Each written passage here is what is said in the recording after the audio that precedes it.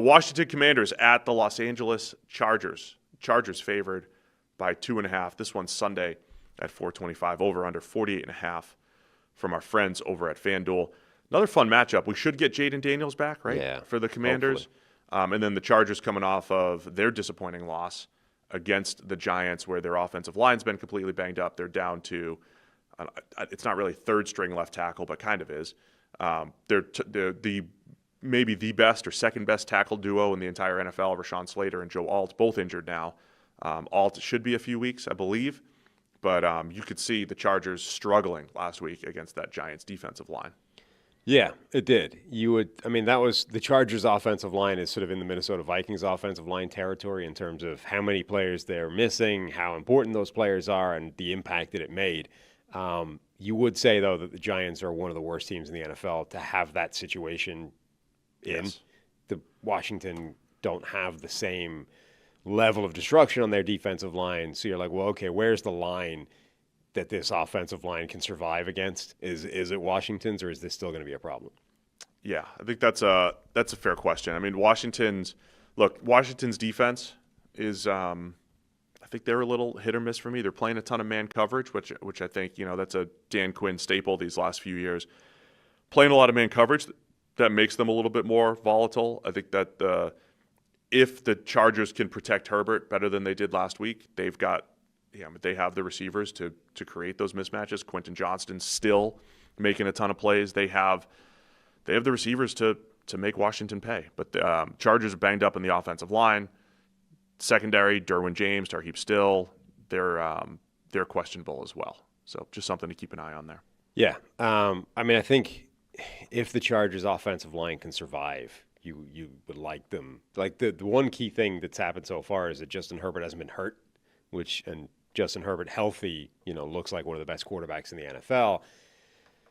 If the offensive line and the weight of pressure he's under starts to actually make an impact in terms of now he's banged up, that's when you get real problems. So then you have Jaden Daniels coming back. We saw him against the Giants in week 1 and the Packers in week 2. And against the Packers, it was rough. That was another one of those. Micah Parsons is blowing up every single play. Washington couldn't get any rhythm going on offense. And I think so Jaden Daniels has been okay. We haven't seen much of Jaden Daniels or answered the question, will there be any year 2 regression, or will there be this other step forward that Jaden Daniels takes into the MVP conversation? No information on that yet. But that'll be something interesting to take a look at against this Chargers pass defense, which is still really good, right? They lost to Dart and the Giants last week, but they don't give up a lot on the back end. They've played really well in the back seven, the Chargers. So I think that's a challenge for the pass game. Plus, Terry McLaurin missed last week. Is he going to be back? Debo's on, questionable. The entire receiving core for the Commanders. Like, we're at this point in the season where teams have full position groups as questionable, and we're sitting here on Thursday morning trying to predict what's going to happen. We don't even know who's going to be playing. Hey guys, real quick, only 40% of our viewers are actually subscribed, so let's change that. Hit that subscribe button, and now let's get back to the action. Yeah, the Chargers' coverage has been spectacular. I mean, they have allowed the second lowest passer rating to opposing quarterbacks in the NFL so far this season. Only Jacksonville's defense has been better in that regard. So they're kind of at opposite ends of the spectrum when it comes to that part of the game. Like Washington's defense, it'll allow you some passing success. The Chargers' defense generally makes life extremely hard from a passing perspective. You've got the rookie running back matchup. Bill Krosky-Merritt and Omarion Hampton. Nice. Right? Just like Omarion Hampton had to go head-to-head with Cam Scadaboo last week. Probably the two best rookie running backs. Yeah, I mean, Hampton's looked really good. Bill, I feel like Washington, again, you've said it before, like it's always down to pass protection, right? When you trust the guy as a pass blocker, almost dictates how much playing time he's going to get at all.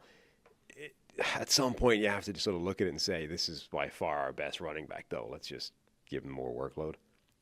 Just want to give you, Sam Hoppin on Twitter does a really good job putting multiple stats together to just be able to make some comparisons. So what's his actual handle? Follow him. At Sam Hoppin, Hoppen. There you go. Pretty easy. Interesting dynamic on Justin Herbert. Number 7 in PFF grade at 78.6. And then I don't always love attaching EPA per play to the quarterback's name, but it is informative as, production through the quarterback. 23rd in EPA per play. Would you be surprised to see Justin Herbert at 23rd after the early season, the game against the Chiefs, the key plays that he's made, the way he was, some of the big throws that he's made, and in crunch time, that he's 23rd. He's behind C.J. Stroud and Bo Nix in EPA per play now. I think that's when you're 7th in PFF grade, which is isolating the quarterback's play, and then you're 23rd in EPA per play, which is more about the entire offense, including the line. I think you're seeing the differences there and how I think the line has started to really fall apart there. Yeah, and so that's why I wouldn't be massively surprised by it, because once the line started to fall apart, the passing game did kind of dry up, and like an almost pick six against the Giants where it's batted up in the air and picked off, like that's a body blow to the EPA, even if it's not necessarily a Justin Herbert play. There was the 2 interceptions that he threw the other day. Yeah, batted pass by Dexter Lawrence to himself. Right. And then receiver gets cut off on a route. Herbert's got to throw it blind, right to Phillips. Those are the plays that, absolutely show up from a production standpoint and not necessarily are on the quarterback. So Chargers offense, I think, is at a bit of a crossroads right now, trying to figure out. I mean, Hampton looks better every single week, and I wonder how much they can lean into him against this Commanders defense. I mean, it's really a case of, is this offensive line now going to be a disaster against everybody or only against teams that are as good as the Giants up front? That's kind of what this game comes down to. If Herbert is still under a ton of pressure and they're not able to get anything going this week, well, then you're like, okay, unfortunate as it is, the Chargers may already be toast.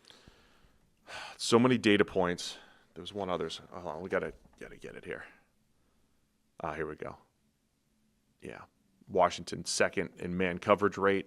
That's been a little hit or miss for them. Do the Chargers do they have the time to get guys open against them? And by the way, the chart for the Chargers, the Joe Alt injury is not a long-term one. He's probably going to miss this game, but isn't done for the year. No, it's weeks, not it's weeks, not months, right, for Joe Alt. They're getting but for back right now, this could be an issue. Keep an eye on Washington being able to exploit that. A lot of the numbers that I'm looking at have me leaning Washington. Chargers favored by 2.5 here Sunday at 425. Where are you going to go?